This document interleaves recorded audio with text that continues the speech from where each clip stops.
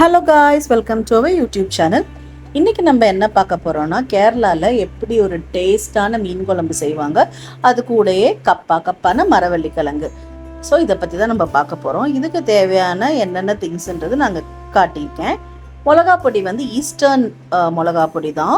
அது வந்து 4 table spoon எடுத்துக்கணும். அப்புறம் மஞ்சத்தூள் கொஞ்சம், 3 பச்சை மிளகா நடுவில் கோடு போட்டு சீவினது, அதுக்கப்புறம் பூண்டு வந்து 10 பல், இஞ்சி தேவையான அளவு, சின்ன வெங்காயம் ஒரு பெரிய பவுலில் நிறைய எடுத்துக்கோங்க. அது இல்லாமல் புளி தண்ணியில் வந்துட்டு சுடு தண்ணியில் கரைச்சி வச்சது, அதுக்கப்புறம் தேவையான உளுவா, கொஞ்சம் கடுகு, இதெல்லாம் வந்து நம்மளுக்கு அங்கே தேவை. மீன் வந்துட்டு 1/2 கிலோவுக்கு மேலேயே நான் எடுத்திருக்கேன். என்ன மீன் நான் இங்கே யூஸ் பண்ணுறேன்றது சங்கரா மீன் தான் யூஸ் பண்ணுறேன். ஃபஸ்ட்டு கொஞ்சம் நிறையா, கொஞ்சம் ஓரளவுக்கு மேலே நம்ம தேங்காய் எண்ணெய் ஊற்றிக்கணும். தேங்காய் எண்ணெய் தான் இந்த மீனுக்கு வந்துட்டு ரொம்ப டேஸ்ட்டாக இருக்கும். அதுதான் நான் இங்கே எடுத்திருக்கேன்.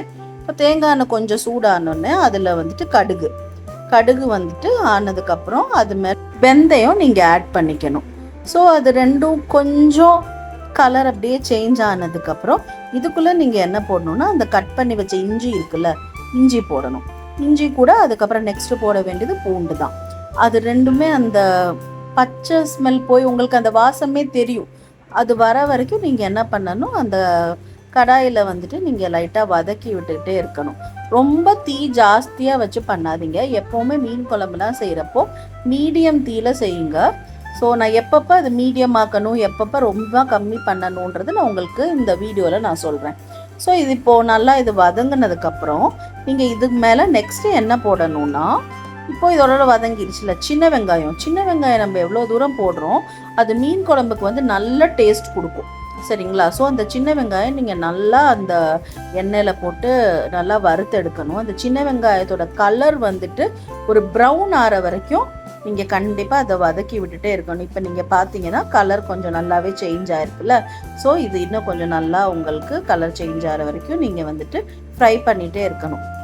இப்போது பச்சை மிளகா நம்ம அந்த கீரி வச்சுருக்கோம்ல, அந்த பச்சை மிளகா நம்ம இது கூட நல்லா இது ஃப்ரை ஆனதுக்கப்புறம் பச்சை மிளகா வந்துட்டு இது கூட ஆட் பண்ணி கொடுக்கணும். பச்சை மிளகா வந்துட்டு திருப்பி அது கூட ரொம்ப நேரம் வேணாம், கொஞ்ச நேரம் அப்படியே லைட்டாக நீங்கள் வந்துட்டு சாட்டே பண்ணி கொடுக்கணும்.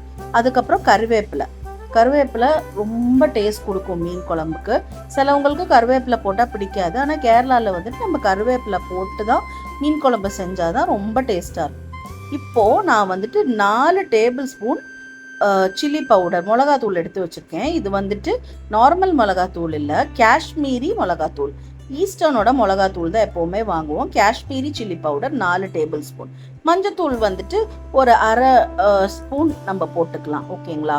இப்போது இது வந்துட்டு நல்லா இப்போ வந்துட்டு நம்ம தீயை என்ன பண்ணணும்னா, நம்ம சிம்மில் வச்சுக்கணும். சிம் இல்லை மீடியமில் வச்சுக்கணும். இந்த மசாலா வந்துட்டு இப்போ ஒரு கன்சிஸ்டன்சி வருதுல்ல, அந்த எண்ணெய்லாம் வெளியில் வர ஆரம்பிக்கும். அது வரைக்கும் நம்ம அந்த மசாலா வந்துட்டு நல்லா ஃப்ரை பண்ணி கொடுத்துட்டே இருக்கணும். ஆனால் நீங்கள் ஜாஸ்தி பண்ணிங்கன்னா அது வந்துட்டு கரிஞ்சு போயிடும். இப்போ நம்ம அந்த புளி வெல்லம் கரைச்சி வச்சுருந்தோம்ல, கொடம்புளி, கேரளாவில் சொல்லுவோம் அந்த கொடம்புளி, அந்த புளி யூஸ் பண்ண தான் டேஸ்ட்டாக இருக்கும். அந்த புளியையும் சேர்த்து நல்லா இந்த மசியல் மாதிரி நம்ம அதை பண்ணி வைக்கணும். அது உங்களுக்கு பார்க்குறப்பே தெரியும். அதுக்கப்புறம் நம்ம என்னன்னா, அதுக்கு தேவையான தண்ணி ஊற்றிக்கணும். இப்போ சிலவங்களுக்கு மீன் குழம்பு தண்ணியாக இருந்தால் சிலவங்களுக்கு பிடிக்கும். ஆனால் கேரளா மீன் குழம்பு எப்போவுமே கட்டியாக இருந்தால் தான் டேஸ்ட்டாக இருக்கும். ஸோ உங்களுக்கு எவ்வளோ தேவை அதுக்கு ஏற்ற மாதிரி நீங்கள் தண்ணி எடுத்துக்கோங்க. ஃபஸ்ட்டு நான் பார்த்தேன் இவ்வளோ போதும்னு நினச்சேன். ஆனால் அதுக்கப்புறம் நான் இன்னுமே எக்ஸ்ட்ரா கொஞ்சம் தண்ணி ஆட் பண்ணதுக்கப்புறம் அந்த மசாலாவும் அந்த தண்ணி இருக்குல்ல, நல்லா நீங்கள் வந்துட்டு கலக்கி விட்டுக்கிட்டே இருக்கணும். ஏன்னா மீன் போட்டதுக்கப்புறம் நம்ம ரொம்ப கலக்கலாம் முடியாது. ஸோ அதனால் எங்கேயா கட்டியாக இருந்ததுன்னா அந்த டைம் நீங்கள் இது பண்ணிடணும். அதுக்கப்புறம் இப்போ என்ன ஆகுதுன்னா, கொதி வர ஆரம்பிக்குது. ஓரளவு கொதி வர ஆரம்பித்தோடனே நீங்கள் என்ன பண்ணணும், உப்பு போட்டுடணும், ஓகேங்களா? இப்போ நீங்கள் கேஸை கொஞ்சம் ஜாஸ்தி பண்ணியே வச்சுக்கலாம். உங்களுக்கு அந்த கன்சிஸ்டன்சி எப்படி இருக்கணும்னு நான் உங்களுக்கு சொல்கிறேன். இப்போ வந்துட்டு இந்த கொதி வருதுல்ல, வந்துக்கிட்டே இருக்கணும். ஸோ நார்மலி கேரளாவில் பார்த்தீங்கன்னா எப்போவுமே மீன் சட்டியில் தான் செய்வாங்க. ஆக்சுவலி என்கிட்ட ஒரு சட்டி இருந்தது, எங்கள் அம்மா கொடுத்தது. பார்த்தா அது வந்துட்டு கீரல் விழுந்துச்சு, அதனால நான் யூஸ் பண்ணலை. இதுதான் அந்த கப்பான்னு சொன்னால மரவள்ளி கிழங்கு இப்போ நான் உங்களுக்கு காட்டினேன்ல. ஸோ நம்ம என்ன நினச்சோம், சைட் பை சைடு அதுவும் ப்ரிப்பேர் பண்ணிடலான்னு. இப்போது அது நல்லா கொதி வந்த உடனே நம்ம என்ன பண்ணணும், மீனை நம்ம எடுத்து க்ளீன் பண்ணி வச்சுருந்தோம்ல சங்கரா மீன், கேரளாவில் அதை கோரான்னு சொல்லுவோம் இந்த மீனை, ஓகேவா? ரொம்ப டேஸ்ட்டாக இருக்கும். அந்த மீனை வந்துட்டு நம்ம ஒன்றா மெதுவாக வந்துட்டு அந்த பாயிலான ஃபிஷ் கறி அந்த மீன் குழம்புக்குள்ளே போடுறோம். இது போடுற டைமே நம்ம என்ன பண்ணிடணும், தீயை வந்துட்டு நல்லா கம்மி பண்ணி வச்சிடணும், இல்லை மீடியமில் வச்சிடணும்.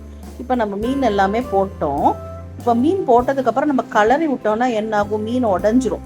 ஸோ அதுக்கு முன்னாடி என்ன பண்ணணும், அந்த ஃபர்ஸ்ட் டைமே அந்த கரண்டியை வச்சுட்டு அந்த மீனுக்குள்ளே அந்த எல்லாம் ஸ்ப்ரெட் ஆகிற மாதிரி ஒரு லைட்டாக ஒரு குலுக்கி விட்டுறணும். சிலவங்க என்ன பண்ணுவாங்க, அந்த சட்டியை கையில் எடுத்து இப்படி குலுக்குவாங்க. பட் இதை நம்ம எடுத்து அப்படி பண்ண முடியாதுல்ல, இது மண்சட்டி இல்லைல்ல. அதனால நான் அந்த கரண்டி வச்சு சரி அந்த மீன் குழம்பு நல்லா அது அந்த மசாலா எல்லாம் பிடிக்கணுன்றதுக்காக லைட்டாக ஒரு கிண்டி விட்டேன், அவ்வளோதான். ஓகேவா? இப்போ என்ன ஆகும்னா அந்த மீன் குழம்பு வந்துட்டு பாயில் பண்ண ஆகும். ஆனால் நீங்கள் நல்லா யோசிச்சு வச்சுக்கோங்க, எப்போவுமே மீன் குழம்பு செய்கிறப்போ ரொம்ப ஹீட்டாக வைக்காதீங்க. இப்போது இந்த சைடு நம்ம மரவள்ளி கிழங்கு நம்ம ஒரு குக்கரில் போட்டு வச்சாச்சு. இந்த மரவள்ளி கிழங்குல நம்ம ஒன்றும் ரொம்பலாம் ஆட் பண்ணலை. உப்பு, அப்புறம் கொஞ்சம் மஞ்சத்தூள், பூண்டு இருக்குல்ல, ஒரு பூண்டு 2-3 பூண்டை நல்லா உடச்சி அந்த கல்லில் உடச்சி, எதுவுமே நம்ம இதில் மிக்சியே யூஸ் பண்ணல, சரிங்களா? அந்த கல்லில் வச்சு அந்த பூண்டையும் போட்டு மூடி வச்சிட்டோம்.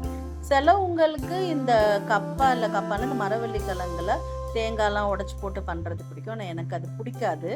மீன் குழம்ப நம்ம க்ளோஸ் பண்ணி வச்சு நல்லா பாயில் ஆகுதா இல்லையான்னு அதுக்காக தான் அந்த லிட்டுனா அந்த மூடி வந்துட்டு கிளாஸில் வாங்கியிருந்தோம்.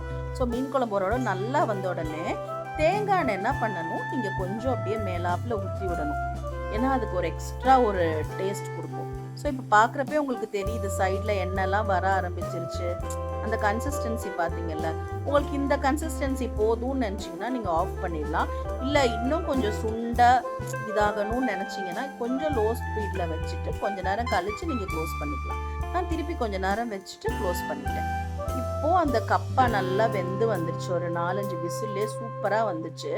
ஸோ அதை நாங்கள் தனியாக எடுத்து மாற்றி வச்சிட்டோம். இப்போ பாருங்கள், மீன் குழம்பும் கப்பாவும் எவ்வளோ பார்க்கவே ஒரு மாதிரி நல்லா இருக்குல்ல. நாங்கள் இதை சாப்பிட்டு பார்த்தோம், அவ்வளோ டேஸ்ட்டாக இருந்தது. நான் தான் இதை செஞ்சேன்னான்ற டவுட்டு எனக்கு வந்துருச்சு. அதில் பார்த்தீங்கன்னா இந்த கப்பை அண்ட் மீன் குழம்பு அவங்க காலையிலைக்கு சாப்பிடுவாங்க, சம்டைம் மத்தியானத்தில் சாப்பிடுவாங்க, சம்டைம்ஸ் நைட்டில் கூட சாப்பிடுவாங்க. அவ்வளோ ஹெல்த்தியாக இருக்கும். நீங்கள் ஒன்ஸ் எல்லோரும் வீட்டில் ட்ரை பண்ணி பார்த்துட்டு இது எப்படி இருக்குன்னு எனக்கு கமெண்ட்டில் சொல்லுங்கள். தேங்க்யூ ஸோ மச் ஃபார் வாட்சிங் த வீடியோ. உங்களுக்கு இந்த வீடியோ பிடிச்சிருந்ததுன்னா லைக் பண்ணுங்கள், ஷேர் பண்ணுங்கள், சப்ஸ்கிரைப் பண்ணுங்கள். Signing off with lots of love, Shalu. Thank you.